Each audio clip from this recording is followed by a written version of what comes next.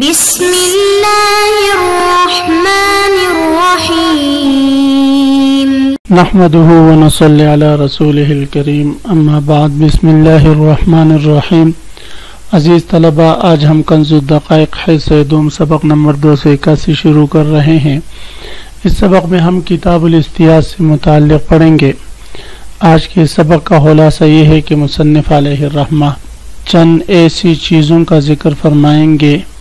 مثلا تیر سے شکار کرنے کا حکم، بندوق سے شکار کرنے کا حکم، غلیل وغیرہ سے شکار کرنے کا حکم، اور جمادات جتنی بھی ہے ان سے شکار کرنے کا حکم ذکر فرمائیں گے اس سبق میں۔ عزیز طلباء، تو آتے ہیں کتاب کی طرف۔ سب سے پہلے ہم عبارت پڑھتے ہیں: وَإِن رَمَى وَسَمَّى وَجَرَحَ أُكِلَ وَإِنْ أَدْرَكَهُ حَيًّا زَكَّاهُ وَإِنْ لَمْ يُزَكِّ حَرُمَ وَإِنْ وَقَعَ سَهْمٌ بِصَيْدٍ فَتَحَامَلَ وَغَابَ وَهُوَ فِي طَلَبِهِ فَوَجَدَهُ مَيِّتًا حَلَّ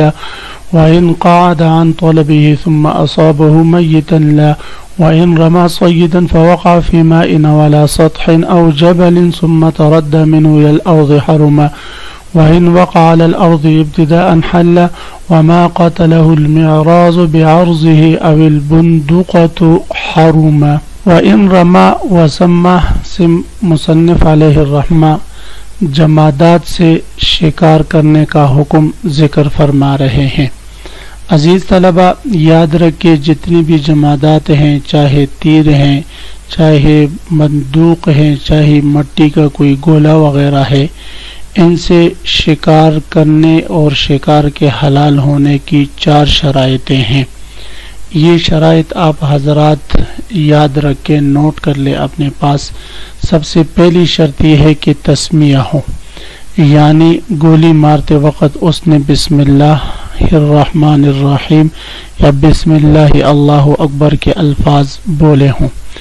دوسری شرط یہ ہے کہ وہ تیر یا وہ گولی یا وہ گولا وغیرہ جو شکار کو لگے تو اس سے وہ زخمی ہو جائے۔ تیسری شرط یہ ہے کہ شکاری پرندہ یا جانور جس کو گولی لگ جائے تو اگر وہ نظروں سے غائب ہو جائے تو جب تک صائد کو اس کا پتہ نہ چلے، معلوم نہ ہو، اس وقت تک اس کی تلاش وہ کرتا رہے۔ اگر وہ اس کی تلاش سے وہ بیٹھ جائے، اگلے دن پھر اس کو وہ مرا ہوا پایا جائے، اگرچہ وہ زخمی ہو، بسم اللہ بھی اس نے پڑھی ہو،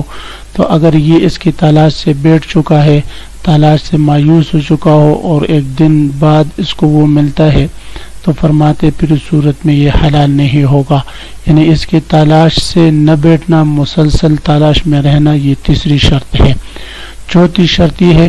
کہ لا یجتمع مع الرمی سبب آخر للموت یمکن التحرز عنہ، کہ اس کے مارنے کے ساتھ شکار کو نشانہ لگانے کے ساتھ اس شکار کے مرنے میں کوئی دوسرا ایسا سبب جمع نہ ہو جائے اس کے مارنے میں جس سبب سے احتراز ممکن ہو۔ جس سبب سے احتراز ممکن نہیں تو اس کا جمع ہونے سے کوئی مسئلہ نہیں ہوگا، لیکن جس سبب سے احتراز ممکن ہو وہ سبب اگر اس کے رمی کے ساتھ اور اس کے مارنے کے ساتھ جمع ہو جائے اس شکار کے مارنے میں تو فرماتے ہیں پھر اس صورت میں وہ شکار جائز نہیں ہوگا۔ تو بہرحال یہ 4 شرائط ہیں، ان کو آپ یاد رکھیں۔ مصنف علیہ الرحمہ فرما رہے ہیں وَإِن رَمَى وَسَمَّى وَجَرَحَ أُكِلَ، اگر صائد شکار کرنے والے نے تیر پھینکا، وَسَمَّى پہلی شرط کا بیان ہے، اور اس حال میں کہ اس نے تسمیہ بھی پڑھی ہو، تسمیہ بھی پڑھا، وَجَرَحَ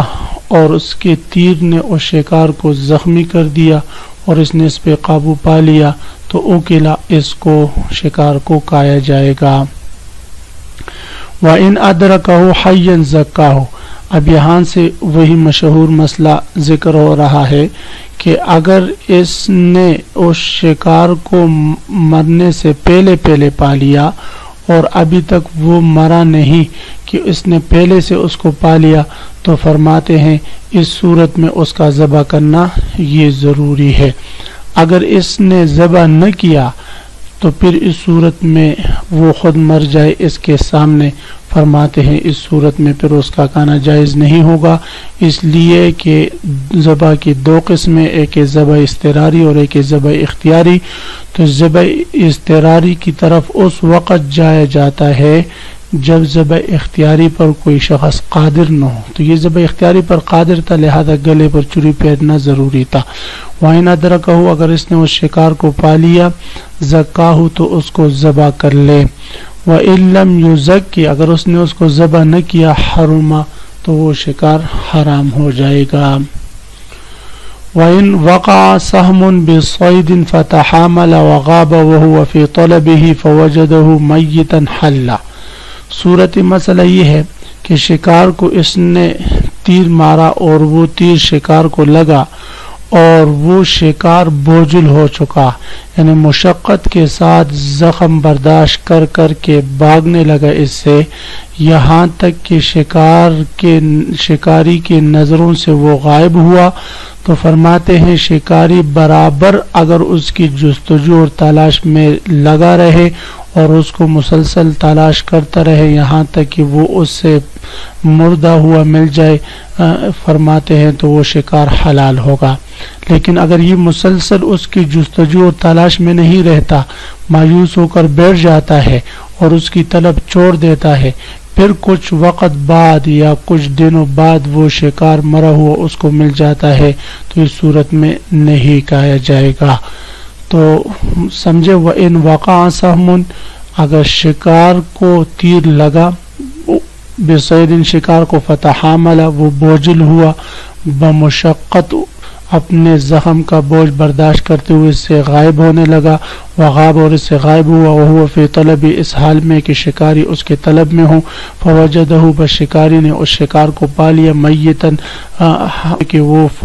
مرا ہوا ہے، حلہ تو یہ شکار حلال ہوگا۔ وَإِنْ قَعَدَ، اگر یہ تیر پھیرنے والا سائر شکاری بیٹھ گیا عن طلبی، اس شکار کے طلب سے، اس کی طلب چھوڑ دی، ثم اصابہ میتن، پھر کچھ وقت بعد اس کو وہ شکار مردہ ملا، لا تو اس صورت میں نہیں کھایا جائے گا۔ پہلی صورت میں کھایا جائے گا لیکن دوسری صورت میں نہیں کھایا جائے گا اگر اس نے اس کی طلب چھوڑ دی ہو۔ میں نے بتایا تھا کہ تیسری شرط یہ ہے کہ شکاری مسلسل اس کی جستجو اور تلاش کرتا رہے اگر اس کی نظروں سے وہ غائب ہو گیا۔ اگر وہ بیٹھ گیا اس کی تلاش سے تو اب مردہ پانے کے بعد وہ جانور نہیں کھایا جائے گا۔ کیوں بھئی؟ اس لیے کہ ہو سکتا ہے کہ یہاں پر موت کسی دوسرے سبب کی وجہ سے واقع ہوئی ہو، اس کی گولی مارنے سے واقع نہ ہوئی ہو، وہ اتنی بڑا زخم نہ ہو، تو یہ وہم یہاں پر ممکن ہے۔ اور یاد رکھیں عزیز طلبہ، آپ کی کتاب کے حاشیے میں بھی ہے کہ لِأَنَّ الْمَوْهُومَ فِي الْمُحَرَّمَاتِ كَالْمُتَحَقَّقِ، کہ محرمات میں جو موہوم چیز ہوتی ہیں وہ متحقق شمار ہوتی ہے، یقین کے درجے میں ہوتی ہے، یہ ضابطہ ہے، اس کو یاد رکھیں۔ بہرحال اگر اس نے کچھ طلب اور جستجو چھوڑنے کے بعد اس شکار کو مردہ پا لیا تو اس کو نہیں کھایا جائے گا، لا الا تو کل۔ وَإِن رَمَى صَيْدًا فَوَقَعَ فِي مَاءٍ أَوْ عَلَى سَطْحٍ أَوْ جَبَلٍ ثُمَّ تَرَدَّى مِنْهُ إِلَى الْأَرْضِ وَإِن رَمَى صَيْدًا فَوَقَعَ فِي مَاءٍ أَوْ عَلَى سَطْحٍ أَوْ جَبَلٍ ثُمَّ تَرَدَّى مِنْهُ إِلَى الْأَرْضِ حَرُمَ۔ اس عبارت میں عزیز طلبہ جو مسائل بیان ہو رہے ہیں اس کے لیے یہ ضابطہ یاد رکھیں کہ ان الصید لو وقع فی موته احتمالان محلل ومحرم، والحال ان الاحتراز عن احتمال الحرام ممکن لا يجعل عفوا، وما لا يمكن الاحتراز عنه فهو عفو۔ یعنی اگر کسی شکار کے مرنے میں دو اسباب جمع ہو جائے اور دو اسباب، ایک سبب تو اس شکاری کا تیر مارنا اور دوسرا کوئی بھی سبب اس کے ساتھ جمع ہو جائے شکار کو مارنے میں، قتل کرنے میں، تو اب ہم دیکھیں گے کہ وہ دوسرا سبب کس قبیل سے ہے۔ اگر وہ اس قبیل سے ہو کہ اس سے احتراز ممکن ہو تب تو اس کو قابل معافی نہیں سمجھا جائے گا، اور اگر اس سے احتراز ممکن نہ ہو تو وہ معاف ہوگا۔ مثلا اگر شکار نے پرندہ مثلاً اگر شکاری نے پرندہ کو گولی ماری اور یا تیر مارا اور وہ زخمی ہوا، زخمی ہو کر وہ آ کر نیچے چھت پر لگا یا پہاڑ پر لگا، تو اس صورت میں وہ شکار نہیں کہا جائے گا، کیونکہ ممکن ہے جس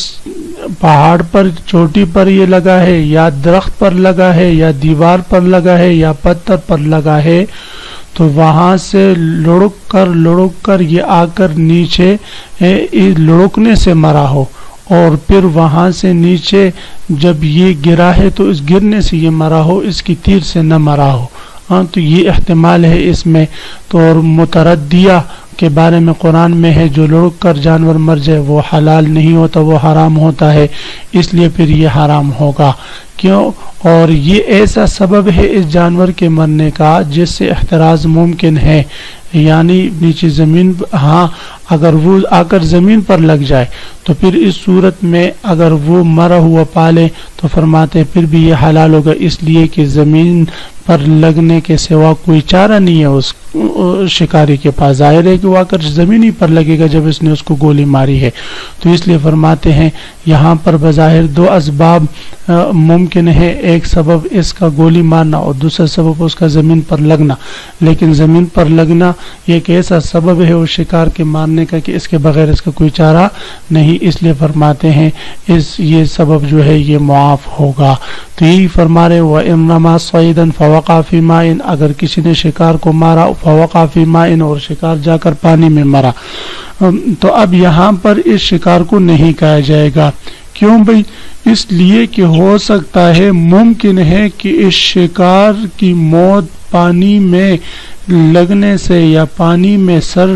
ڈوب جانے سے آئی ہو، تو اس لیے فرماتے ہیں کہ جب یہ وہم ہے تو ہم نے ضابطہ پڑھا کہ لأن الموہوم فی المحرمات کالمتحقق، تو لہذا اس صورت میں یہ شکار نہیں کہا جائے گا۔ او علی سطح، یا یہ چھت پر لگا، او جبل، یا پہاڑ پر لگا، ثم تردى منه الى الارض، پھر اس سے لڑک کر آ کر زمین پر لگا، حرمت، اس صورت میں یہ حرام ہوگا۔ وَإِن وقع على الارض، اگر ابتداءً آ کر یہ زمین پر لگا، ابتداءً حل، تو اس صورت میں پھر یہ حلال ہوگا۔ وما قتله المعراض بعرضه او البندقة حرما، معراض کہتے ہیں وہ تیر جو پلدار نہ ہو، داریدار نہ ہو، اور اس کی چوڑائی جو داریدار نہیں ہوتی، تو وہ چوڑائی جا کر اگر کسی شکار کو لگ جائے اور وہ زور سے لگنے کی وجہ سے اس کا جسم پٹ جائے، یعنی عارضاً لگنے سے شکار زخمی نہیں ہوتا بلکہ اس کا جسم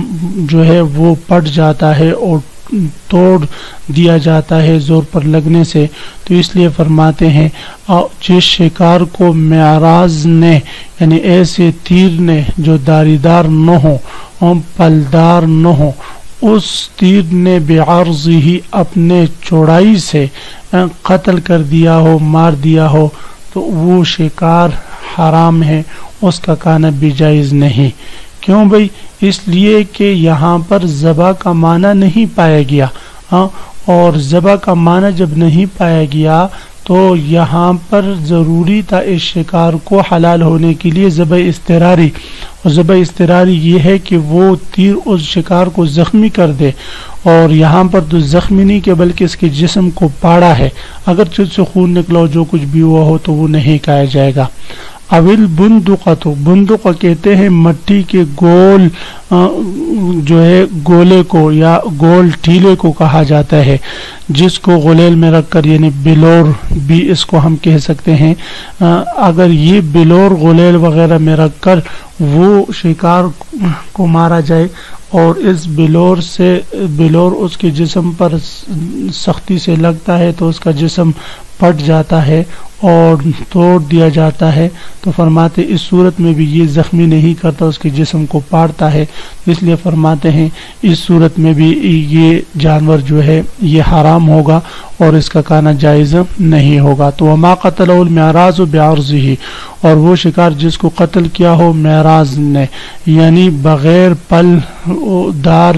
والے تیر نے بعرض ہی اپنے چوڑائی سے، اول بندقۃ یا مٹی کے گول ٹیلے نے، حرمت تو وہ شکار حرام ہوگا۔